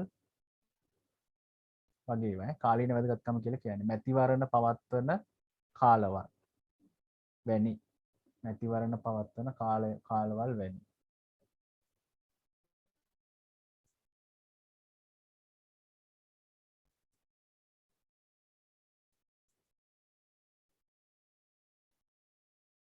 පළවන පිටුව කාලීන වැදගත්කම වරහන් ඇතුලේ මැතිවරණ කාලවල වැනි කමාවක් දාලා පළවන පිටුව පළවන කියන්නේ පබ්ලිෂ් වෙනවා කියන එක පළවෙනි එක කියන එක නෙවෙයි ඈ පළවන පිටුව මූර්තදලා යන්න නෙවෙයි දන්තජනේ අනිත් එක පළවන පිටුව කමාව වර්ණ කාලීන වැදගත්කම පළවන පිටුව වර්ණ ප්‍රමාණය ඇඩ් එකේ ප්‍රමාණය කියන සයිස් එක ප්‍රමාණය හා වර්ගය යනාදිය අනුව හා වර්ගය යනාදිය අනුව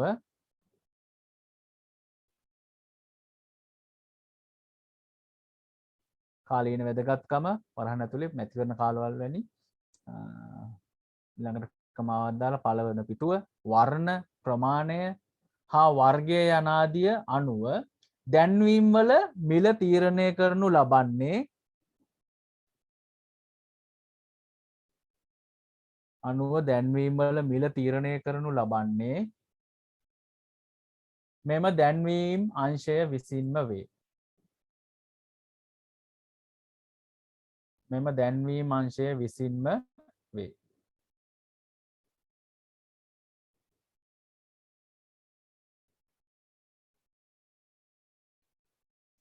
මෙම දැන්වීම් අංශය විසින්ම වේ.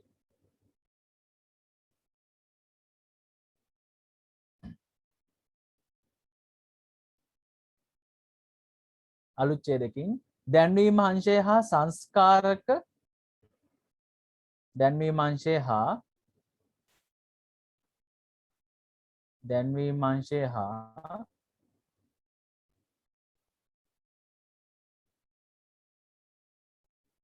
සංස්කරණ අංශය අතර දැන්වීම් අංශය හා සංස්කරණ අංශය අතර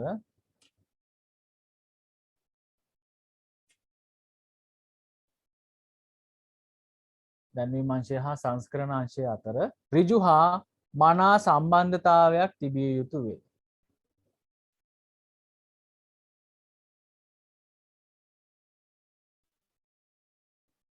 දැන්වීම් අංශය හා සංස්කරණ අංශය අතර ඍජු හා මනා සම්බන්ධතාවයක් තිබිය යුතු වේ. ඍජු හා මනා සම්බන්ධතාවයක් තිබිය යුතු වේ.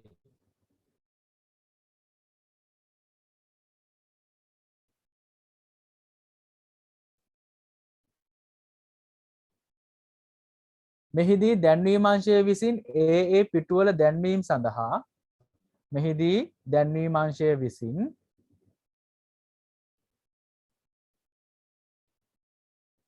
මෙහිදී දැන්වීම් අංශය විසින්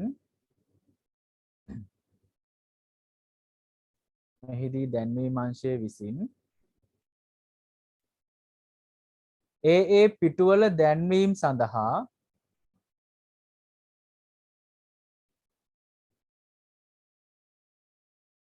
ඒ පිටුවල දැන්වීම සඳහා ඉඩකඩ වෙන් කර ගැනීම ප්‍රථමයෙන් සිදු කර ගනී. මෙහිදී දැන්වීම් අංශය විසින් ඒ පිටුවල දැන්වීම සඳහා ඉඩකඩ වෙන් කර ගැනීම ප්‍රථමයෙන් සිදු කර ගනී.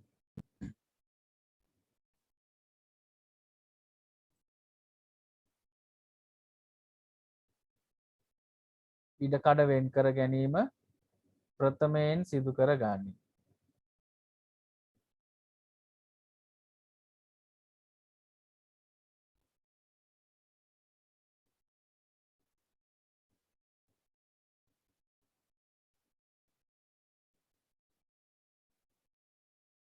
සංස්කාරක කර්තෘ විසින් ඒකටම සංස්කාරක කර්තෘ විසින්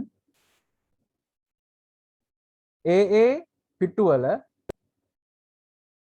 සංස්කාරක කර්තෘ විසින් ඒ පිටුවල හිස් කොටසේ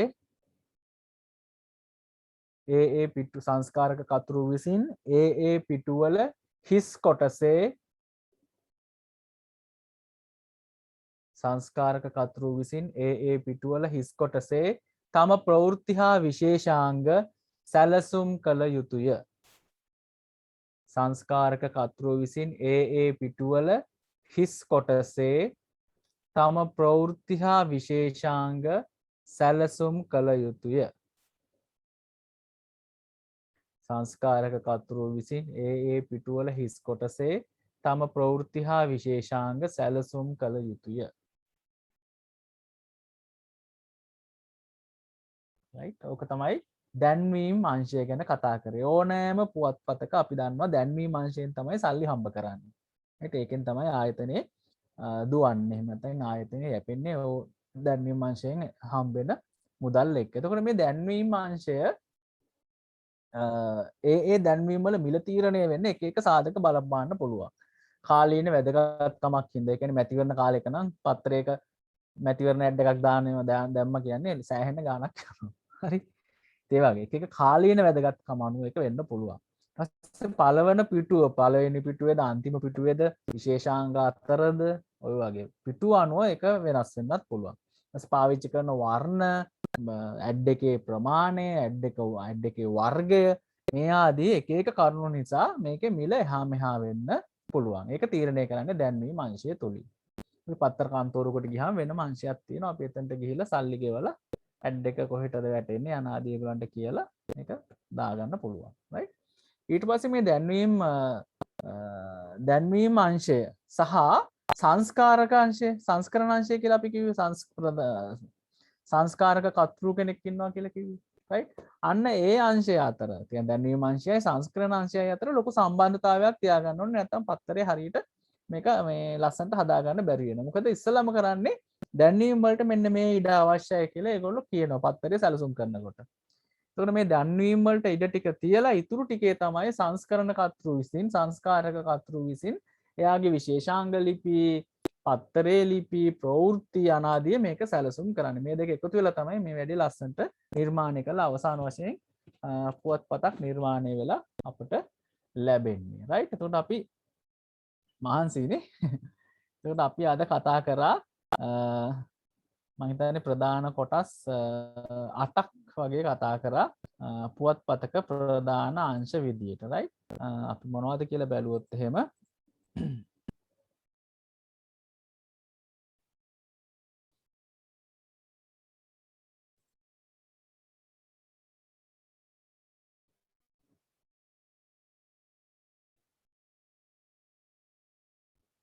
මෙන්න මේ ටික තමයි අපි කතා කරේ. ප්‍රධාන කර්තෘ කතා කරා, නියෝජ්‍ය කර්තෘ කතා කරා, ප්‍රවෘත්ති අංශය ගැන කතා කරා, සංස්කරණ අංශය කතා කරා, විශේෂාංගාංශය, ඡායා රූපාංශය, චිත්‍ර නිර්මාණ හා අරු රටා සැලසුම් අංශය, දැන්වීම් අංශය කතා කරා. මීට අමතරව අපි පුවත්පතක කතුවැකිය මොකක්ද කියලා කතා කරා. right එතකොට අපිට මේ කොටස් ටිකත් එක්ක ජනමාධ්‍යවල ප්‍රධාන කොටස් දෙකක් තියෙනවා කියලා අපි කලින් කතා කරානේ මතක ඇති ඔයගලන්ට නේද? එතකොට මේ ප්‍රධාන කොටස් දෙකේ ජනමාධ්‍යවල විද්‍යුත් මාධ්‍ය සහ මුද්‍රිත මාධ්‍ය කියලා දෙකක් තියෙනවා. එතකොට මුද්‍රිත මාධ්‍යවල පුවත්පත් පැත්ත තමයි අපි විශේෂයෙන් කතා කරේ. අපිට ඊට පස්සේ විද්‍යුත් මාධ්‍ය පැත්තට යන්න පුළුවන් ලබන සතිය වගේ වෙනකොට. එතකොට අද කතා කරපු දේවල් ගැන මොනවා හරි ගැටලු තියෙනවද? අද නම් ඉතින් නෝට්ස් ගොඩක් තියෙන්නේ නේ. මොන ගැටලුද නේ නෝට් ලියුවා ඉවරයක් නෑ නේ. හරි මොන හරි ප්‍රශ්න තියෙනවා නම් මට දැනුම් දෙන්න. එහෙමනම් අපි අද දවසෙන් සමුගමු. අපි නැවත ලබන සතියේ හම්බ වෙමු. හැමෝම පරිස්සමින් ඉන්න පාඩම් වැඩ ටික කරගන්න. අපි එහෙමනම් හැමෝම නැවත ලබන සතියේ හම්බ වෙමු. හැමෝටම ආයුබෝවන්. Hi, sir. Thank you, sir. Good night.